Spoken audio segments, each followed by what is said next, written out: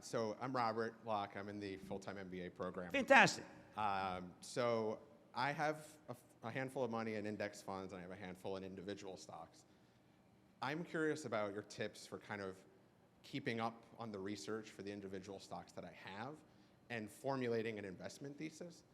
Because I read the financial press, there's so much information out there that sometimes it's just overwhelming, and it's like, what should I focus on? It's not that I don't want to do the work. It's just sometimes like, where should I be focusing my attention? What resources should I be looking at? How should I think about these things? So sure, great question. Well, I do want to be self-promotional for a moment because it's something I came up with and I've been doing it for a long time. It's actually an anniversary for CNBC, which is I created a club, investing club, to do just that. The people who are in it are you. They want to pick some stocks. They want some tools. They don't necessarily want to buy what's in my charitable trust. They want to know how to do, as I call it, the craft. I always call it the craft because when I first got started, Gene Hackman was an investor. Gene's not able to act these days, but he came to see me for 5 days on the set. He just said, look, I love this show. Let me show you how to do it right. Gene Hackman gave me 5 days of training.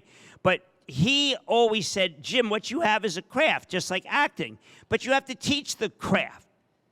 You got to teach the craft, not tell them the stocks.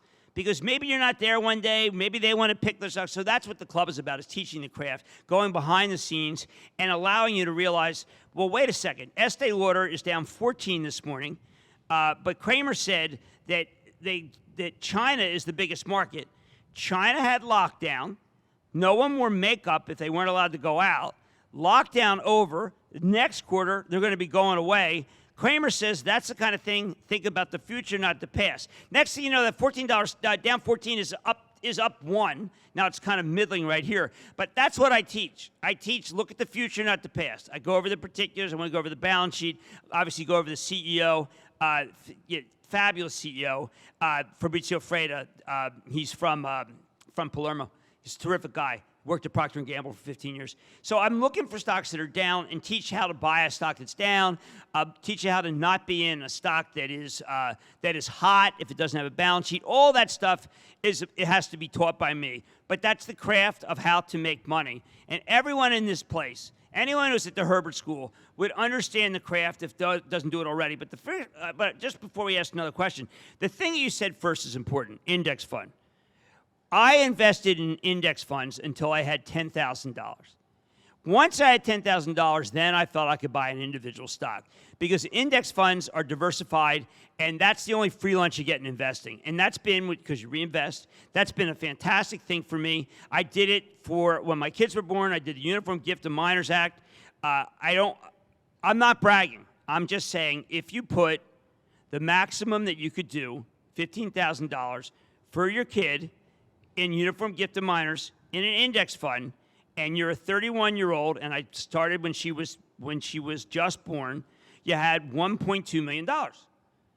And all you had to do was put it in an index fund. Now, I was fortunate enough to have the money to be able to have the $15,000 contribution. But think about the reinvestment. Think about what she has. Now, she's a knucklehead in that she tries to live like in an ashram. She lived outside for a full year, which I thought was like, okay, I don't know. I like inside. She liked outside. But she doesn't spend any money. She saves it. And the reason why she saved it, she says, Dad, you saved it. I want to save it. I want to have it when I get older. And I think that saving an index fund is unbelievable. It was a free lunch. And I'll never forget that. And you have these people who will say, hey, you know what, you got to sell today because Jay Powell said this. I know Jay for a long time because I'm really good friends with his wife. And like Jay's a really good guy. And all these people were saying what a knucklehead idiot he was. I was saying, they don't know him. They don't know. He's common sense, but what he cares about more than anything else is the worker because he's compassionate. I always felt his wife was a known communist because she cares so much about the worker. I love her for that. But we cannot trade in and out when we do index funds. We never touch that money. And we try to put $10 each month in, $20 each month. And then once that's up to where you've got $10,000, then you can buy an individual stock, and then we can learn the craft. And there is a craft, and we'll teach it to you in the club.